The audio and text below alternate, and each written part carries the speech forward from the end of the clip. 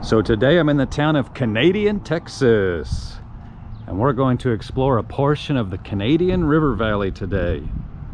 Francisco Coronado first passed through this area in the year 1541.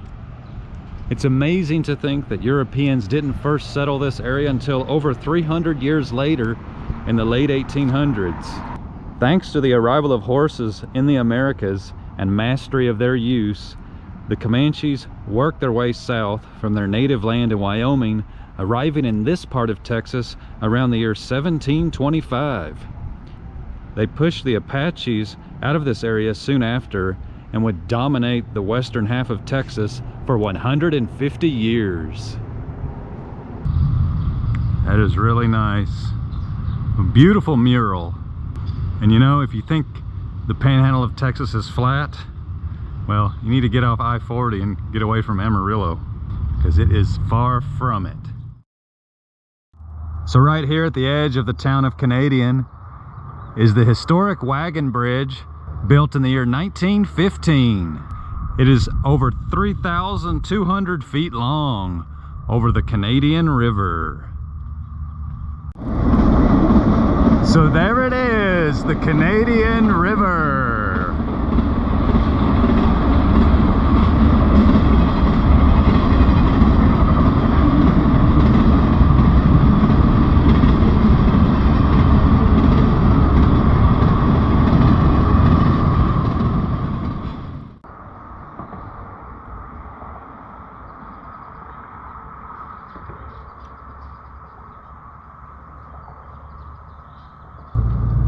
Now we're gonna tour the Canadian River Valley Pioneer Museum.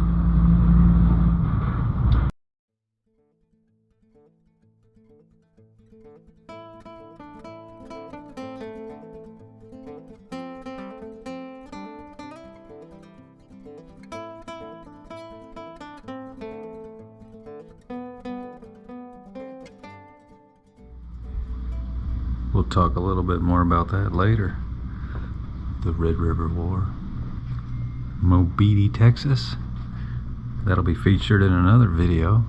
First ranch in the Texas Panhandle.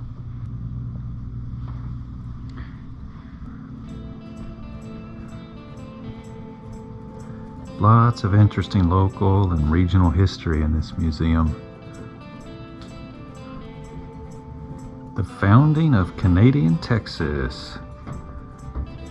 I'm always amazed by what people were able to accomplish over 100 years ago. So right here, you see the first log cabin built in 1887, and then a mere 25 years later, a sprawling town. Very impressive. Here's some of the early hotels in Canadian.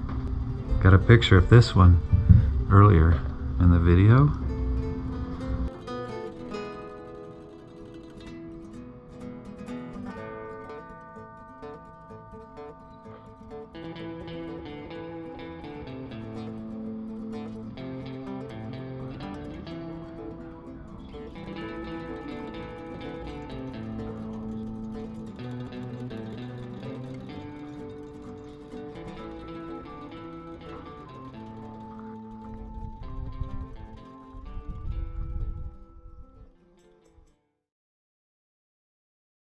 As settlers and buffalo hunters pushed further west into new territory in the 1860s, the Comanche and Kiowa began to attack wagon trains in retaliation.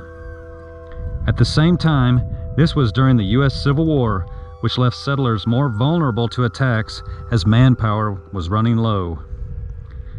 In November of 1864, the U.S. military sent Colonel Kit Carson with a group that included 72 Native Americans on the offensive. This was the first battle of Adobe Walls. Carson's force of 330, which included 2 howitzers, faced more than 1,000 warriors in the early phases of the battle, but the number of Comanche Kiowa grew throughout the day, reaching as many as 3,000. As the battle wore on, Carson's forces began to retreat, but they managed to burn and loot a Kiowa village. They were also able to return to their supply train. Amazingly, Carson's force only had 6 deaths and 25 wounded during this battle. This would be the final time the Comanche Kiowa would force American troops into a retreat. In the 1870s, hunters came from all over for buffalo hides, which were in high demand in those times. They obliterated the population of buffalo during this decade, leaving dead piles of them all over the high plains. In June of 1874, in the twilight of the Comanches in the Panhandle of Texas, a second battle occurred here at Adobe Walls. A group of 28 hunters successfully defended themselves against a force of at least 500 Comanches. Soon after this, the U.S. Army went on the offensive and began hunting down small groups in canyons along the Llano Estacado. Ultimately, they would discover the last remaining large Comanche camp in Palo Duro Canyon in September of 1874. And in June of 1875, Quanah Parker surrendered at Fort Sill, and the remains of his people moved to the Oklahoma Reservation. The last free-roaming Native Americans in Texas were now gone forever.